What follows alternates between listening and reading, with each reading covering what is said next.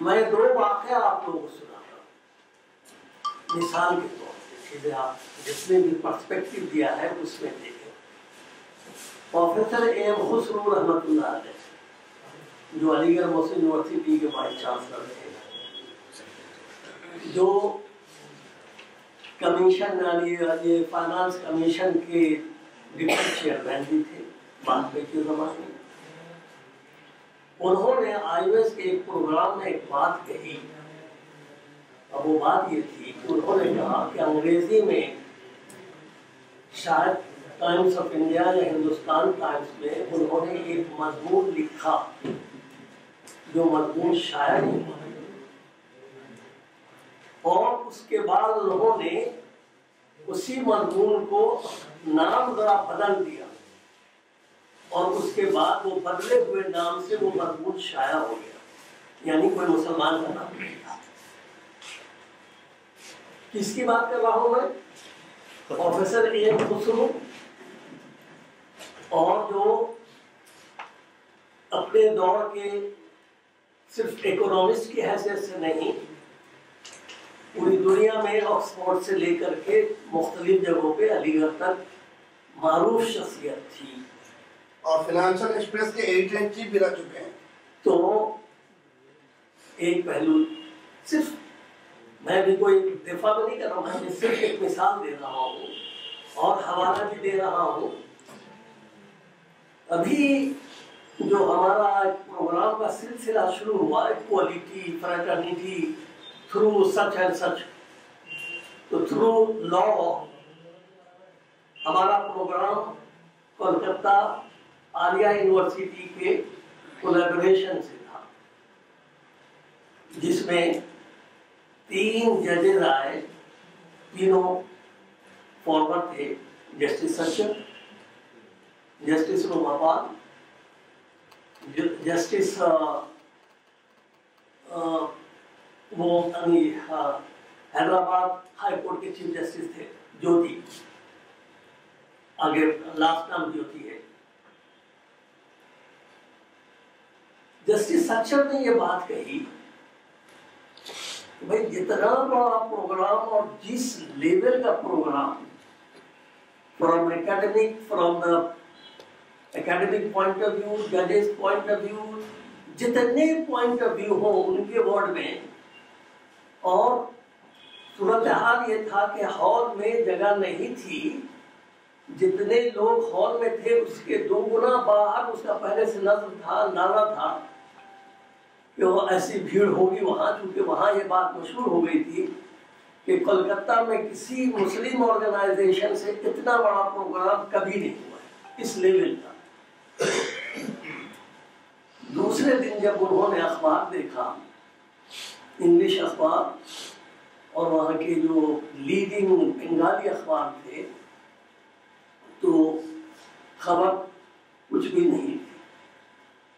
تو انہوں نے مجھے مشورہ دیا، جس پہ میں عمل نہیں کر سکا، کہ بھائی اس پر تو فوری مقدمہ کرو، کہ تمام ریکارڈ کے نقطۂ نگاہ سے جو ایتھکس دیا جاتا ہے کسی چیز کے کوریج کے لیے، اس ایتھکس سے تمہارا یہ پروگرام بہت اوپر ہے، اس کے بعد اس کو کوئی کوریج نہ ملے تو اس کو کیا کہا جائے۔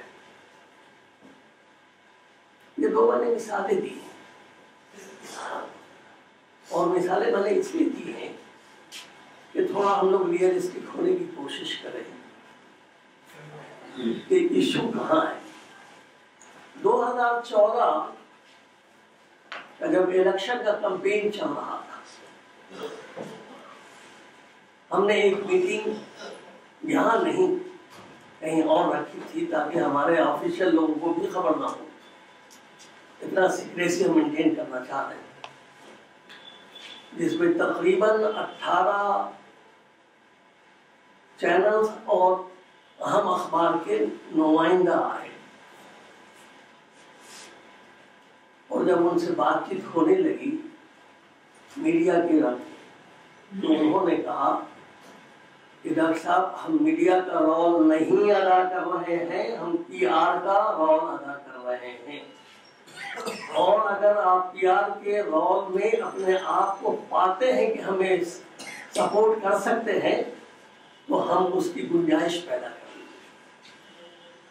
میں نے اس وقت وہ محاورہ پڑھا تھا کہ نارادھا کے 9 من گھی ہوں گے نہ ناچے گی. میں نے کہا کہ بھائی میرے بس میں نہیں ہے.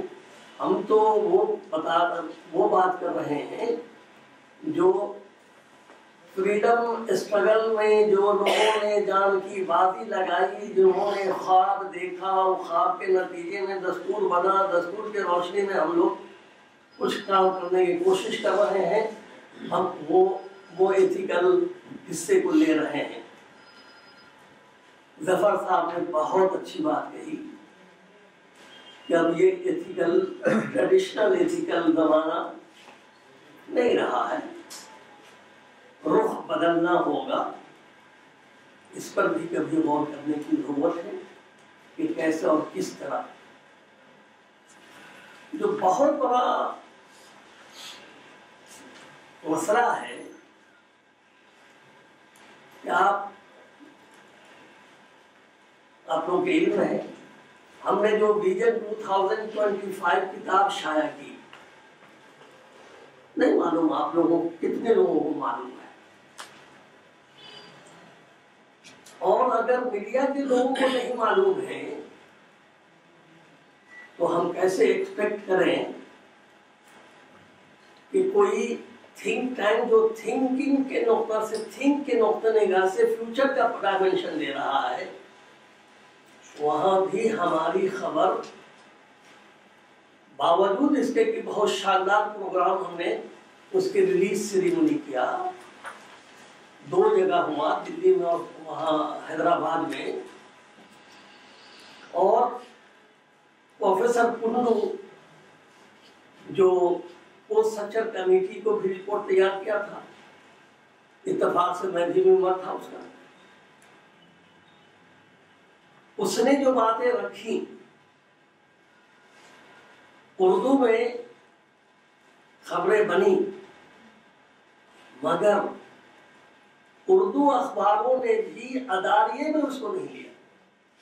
لیکن بڑا فرق ہو جاتا جب اردو اخبار جب صرف خبریں دیتے ہیں اور جب کوئی اداریہ کا پارٹ بنتا ہے تو دونوں زمین آسمان کا فرق پیدا کرتا ہے ریڈرشپ کو.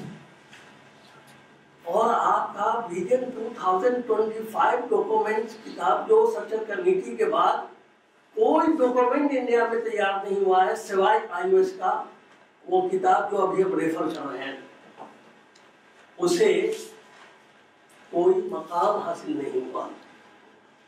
ظاہر ہے کہ ریڈرز کو اس کی دلچسپی نہیں پیدا ہو سکتی. تو یہ بھی ایک بہت اہم پہلو ہے. پوری دنیا میں ایک پہلی کتاب میں کہہ سکتا ہوں کہ exclusion of Muslim in India, اس ٹائٹل پہ پہلی کتاب پوری دنیا میں، آگے پیچھے ٹائٹل کر کے ہے لیکن directly exclusion of Muslims in India کے نام پہ اگر کسی نے کتاب شائع کی ہے تو IOS نے کی. اور وہ سارے اس بنیاد پہ نہیں ہے کہ آپ جو نارملی کسی جذباتی ایک پری آرٹیکل جو اس میں ہے وہ فیلڈ اسٹڈی اور بہت گہرائی سے اسٹڈی کرنے کے بعد ہے، مگر وہ بھی کہیں سامنے نہیں آ سکا ہے. سوال بہت امپورٹنٹ ہے کہ اگر ہم اپنے ہندوستان کے جو oppressed and suppressed community ہے that includes also Muslim، ان کو صحیح فیڈ بیک نہیں دے رہے ہیں تو کیا وہ جذباتی کا پہلو نہیں اختیار کرے گا؟ اس کو اچھا لگے گا تو جذباتیت کا پہلو ہو، اس کو اچھا لگے گا کہ جب یہ کہا جائے کہ دین خطرے میں ہے، اس کو یہ اچھا نہیں لگے گا کہ دین کو بنانے کے لیے یہ قربانیاں دینی ہے، نہیں لگے گا اچھا. اور وجہ طور پہ یہ بات شروع میں ہی پروفیسر زیڈب خان نے کہی ہے کہ دیکھیے ایک زمانے میں، یا اس کو ذرا اس اینگل سے دیکھیے کیسے گنیش کے دودھ پینے کی خبر پورے ہندوستان میں ایک لمحے میں پہنچ گئی.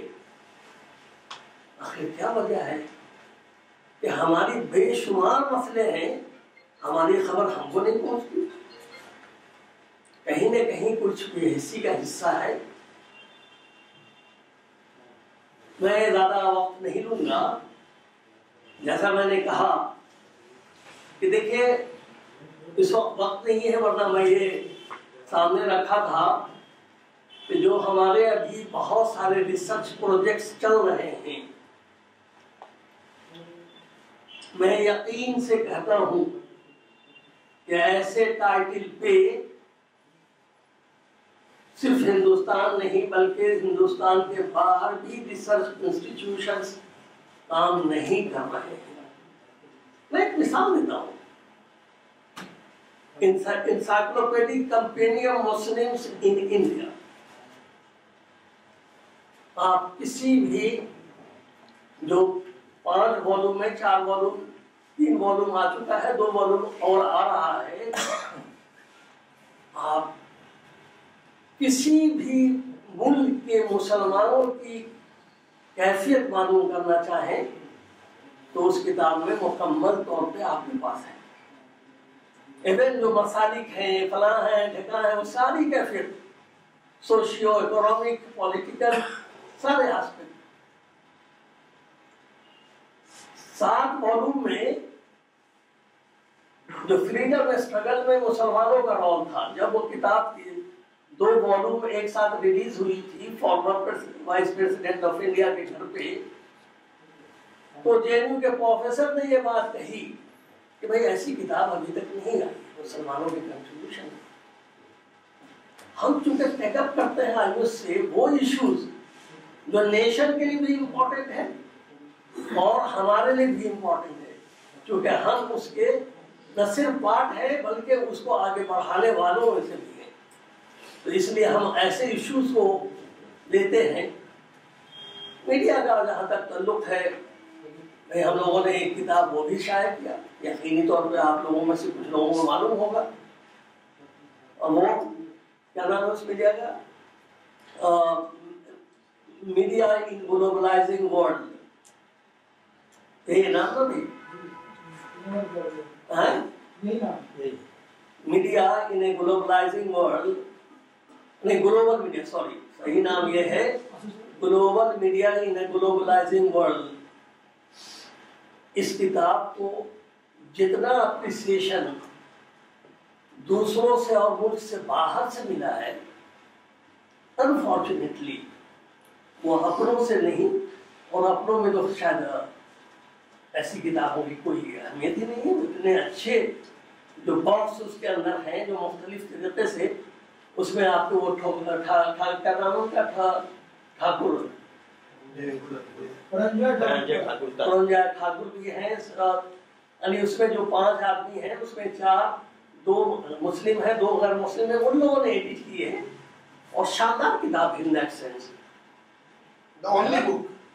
اور ابھی تک کئی کاپی لوگ کرنے کی کوشش کر رہے ہیں، لیکن ابھی تک ایسی کتاب نہیں آئی ہے جو میڈیا والوں سے ریلیٹڈ ہے. پورے ورلڈ کی کچھ مختلف کنٹریز کے بارے میں ڈیٹیلز ہیں. ایک اور ہم نے سیریز شروع کیا ہے جو انشاءاللہ ایک کتابچے کا ریلیز یہیں پہ ہوگا. ہمارے مولانا کی کتابچہ ہے، کیا نام ہے اس کا؟ ہندوتوا اور راشٹرواد. یہ سیریز جو ہے اس کے بعد ساورکر وغیرہ، میں یہ بات پرسنل گفتگو میں بھی کہا ہے اور پبلک گفتگو میں بھی کہہ رہا ہوں سلیکٹڈ لوگوں کے بیچ میں، ضرورت اس بات کی ہے کہ ہم سوالات علم کی بنیاد سے اٹھائیں، سوالات ضد کی بنیاد پر نہ اٹھائیں. اور جب تک کہ ہم جن لوگوں سے بھی مد مقابل ہیں ان کے بارے میں مطالعہ نہیں کریں گے تو ہمارے سوال میں ضد کا عنصر ہوگا جو جہالت کی طرف لے جاتی ہے اور بڑی آسانی سے جو علم رکھنے والا ہے اسے ریجیکٹ کر دیتا ہے. یہ سلسلہ ایک شروع کیا گیا ہے تاکہ ہم اردو ریڈرز کو بعد میں اس کا ترجمہ مختلف زبانوں میں بھی ہوگا اس کو سامنے لائیں گے تاکہ آپ لوگوں کے علم میں رہے. آخری بات، جس طرح سے دنیا میں تبدیلی آ رہی ہے، ملک میں تبدیلی آ رہی ہے، ہماری جو بنیاد ریڑھ کی ہڈی ہے یا دماغ ہے، وہ اسلام کے صحیح پیغام کو صحیح طور پہ عام لوگوں تک پہنچایا جائے. اور اسی لیے ایک پروجیکٹ کو ٹیک اپ کیا گیا جو قرآن کی آیت سے شروع لیا گیا ہے. کلمۃ اللہ ہی العلیہ، اللہ ہی کا کلام سب سے اونچا ہے، سب سے اوپر ہے. 122 کتابچہ جو 18 یا 20 صفحہ سے زیادہ کا نہیں ہوگا، اور اسے ہم 17 زبانوں میں ترجمہ کا اہتمام بھی کر رہے ہیں. اسلام کے خلاف جو غلط خبریں ہیں یا غلط پروپیگنڈا دیا جا رہا ہے، ہم یہ چاہتے ہیں کہ میڈیا کے ذریعے بھی اور عام انسان کی حیثیت سے بھی اسلام کا صحیح تصور قرآن نے کیا دیا ہے اور نبی صلی اللہ علیہ وسلم نے کیا بتایا ہے وہ لوگوں کے سامنے پہنچ سکے. الحمدللہ تقریباً 30 کتاب شائع ہو چکے ہیں.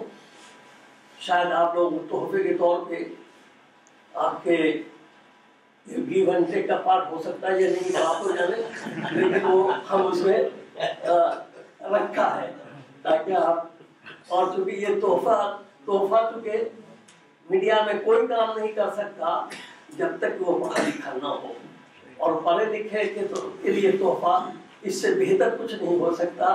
جیب بھرنے کے لیے تو کبھی بھی کوئی بھر دے تو الگ بات ہے، اس کی بات ہم نہیں جانتے. تو میں اپنی بات کو یہیں پہ ختم کرتا ہوں کہ انشاءاللہ اگر آپ لوگ ہمارے ویب سائٹ کو دیکھتے رہیں، کیونکہ یہ بھی پرابلم ہو رہا ہے کہ ہمارے صحافی حضرات بھی IOS کا ویب سائٹ نہیں دیکھ رہے ہیں.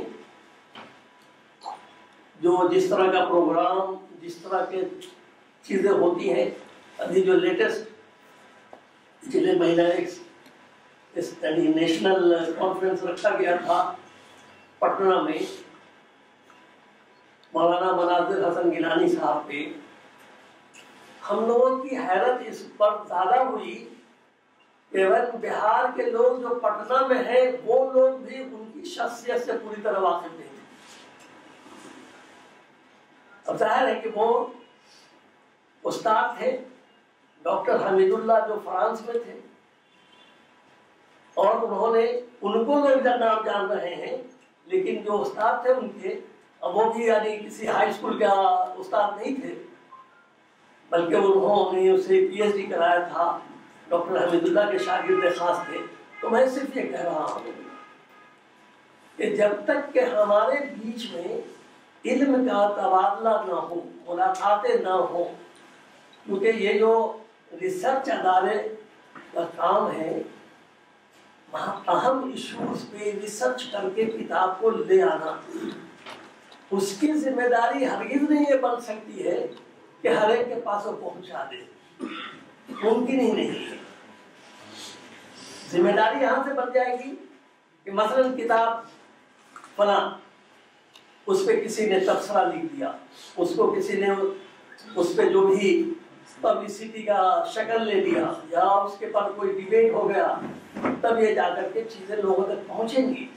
اور جب تک یہ نہیں پہنچیں گی تو اس وقت تک یہ بہت ہی مشکوک ہے کہ جتنے بھی کام ہو رہے ہیں وہ کام عام آدمی کے پاس جائے. اور آخری بات، ایک بات ہمیں ایک فرق رکھنا چاہیے،